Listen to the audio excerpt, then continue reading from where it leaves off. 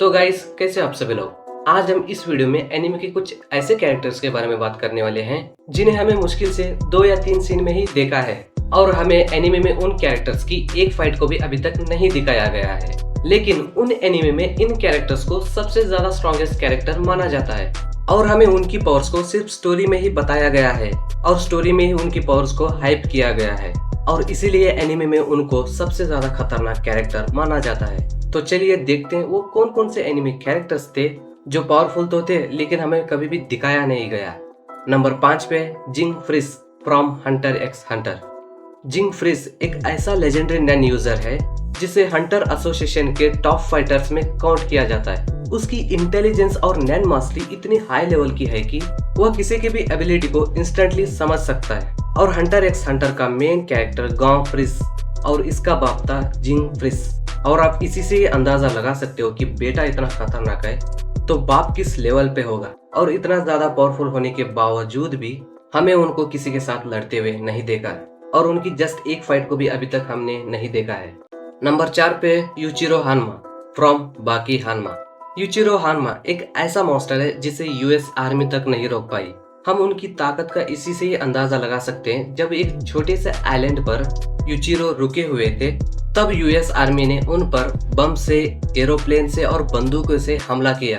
और नोटिस करने वाली बात ये थी कि उस आइलैंड पर ये सिर्फ अकेले ही थे और इन लोगों ने उस आइलैंड पर इतना हमला किया कि वह आइलैंड पूरी तरह से तबाह हो चुका था और हर तरफ सिर्फ धुआं ही धुआं था। और यूएस आर्मी मान चुके थे कि यूचिरो हानमा मर चुका है और उनको लेने के लिए सोल्जर्स आइसलैंड पर जा रहे थे। और तभी यूचिरो हानमा अचानक इनके पीछे आ गए और हमें देखने को मिलता है कि इनके शरीर पर एक खरोच भी नहीं है।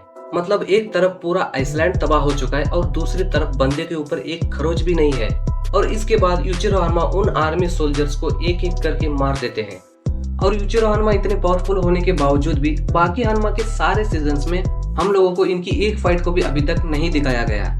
नंबर 3 पे है ग्याब्रियोंग किम फ्रॉम लुकिज्म। लुकिज्म का सबसे ज्यादा स्ट्रॉन्गेस्ट कैरेक्टर। लुकिज्म के स्ट्रॉन्गेस्ट फाइटर भी ग्याब्रियोंग किम के नाम से डरते हैं और उससे ज्यादा उनकी रिस्पेक्ट करते हैं। ग्याब्रियोंग किम जीरो जनरेशन के एक लेजेंड थे। जब ग्याब्रियोंग किम अपने प्राइम में थे तब वो अंडरवर्ल्ड पे राज किया करते थे और सारे स्ट्रॉन्गेस्ट फाइटर इनकी रिस्पेक्ट करते थे और इनसे डरते थे।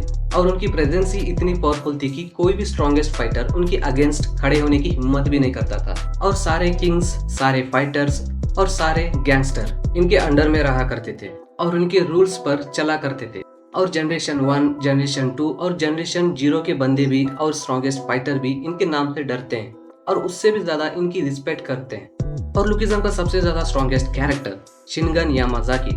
मुझे लगा था कि शिनगन यामाजाकी सबसे ज्यादा स्ट्रॉन्गेस्ट कैरेक्टर है। और शिनगन यामाजाकी साउथ कोरिया आए थे वहां पे राज करने के लिए और कोरिया को अपने अंडर में लेने के लिए शिनगन यामाजाकी आए थे। तो ग्याब्रियोंग किम ने उनको भी मार के, उनको भी फाइट में हरा के वापस जापान जाने के लिए मजबूर कर दिया। और इतना ज्यादा पावरफुल होने के बावजूद भी, लुकिज्म के 600 चैप्टर रिलीज होने के बावजूद भी हमें इनकी एक फाइट को भी लुकिज्म में नहीं दिखाया गया, बस स्टोरी में ही बताया गया है।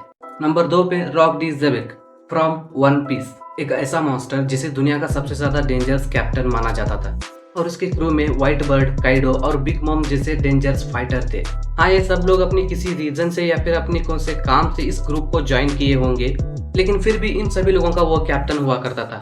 रॉक का एक ही सपना था, वो है दुनिया पे राज करना। और इसको रोकने के लिए रॉजर और क्रैब को एक साथ लड़ना पड़ा।